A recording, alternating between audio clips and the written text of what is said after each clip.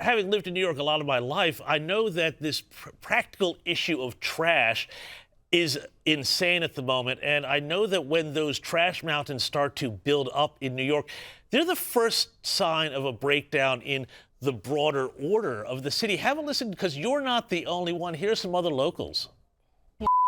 Getting out until the spring. Look at this dirt a week after the snowstorm. Look at this dirty. Kelly, are you worried, as somebody who's lived in New York for a long time, that this is a sign of things to come, that, you know, this is the first sign of a much broader breakdown in New York, that we could be going back to a pre-Giuliani type of situation in the city? Well, it could be, as they say, a perfect storm, James, because we've seen, crime has been a problem in New York. Mayor Adams brought most of it down a bit, but with Mamdani in now, and of course his pro-criminal, activities and rules, it's everyone for themselves, really, in terms of law-abiding New Yorkers. And by the way, while we're facing, this possible breakdown in public order, Mamdani is most focused on his own appearance. He actually got, the one thing he did do for storm preparation was got a custom embroidered Carhartt jacket that, it's hilarious. One of his spokespeople said that, he wanted to have a new look for a new start. Well, except that he used an old font that says the City of New York from advertising from decades ago.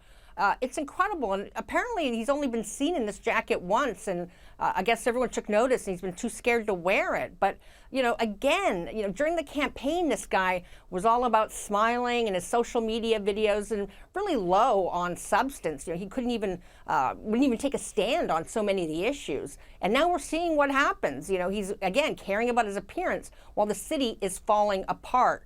And of course, what happens when garbage piles up, James? Yeah. Rats. Yeah. And so, I mean, it's going to be every person for themselves, and, the rats are going to probably be, taking over pretty soon. Yeah, and I mean, this bespoke Bolshevik Mamdani here, talking about crime, he really seems to be going on as we feared before the election on this. Now, footage has emerged of a deranged man lunging at police with a knife. The man was eventually shot, but Mamdani's sympathy was not with the officer who went through this ordeal, but instead he went to go meet with the family of the knife-wielding man and chatted with him in hospital. Have a look at this. I spoke with the Chakraborty family, and I visited Chavez in the hospital. And there is no family should have to endure this kind of pain. I'm sorry, what? That's the right reaction, James. What? It's incredible. I mean, here's somebody who, puts his life at stake every time he goes to work, as all NYPD officers do. And he got shot. Luckily, he survived. It could have been a lot worse. The cops, the guy attacked him with a knife. Sorry, I mean, he could have been stabbed to death for all we know.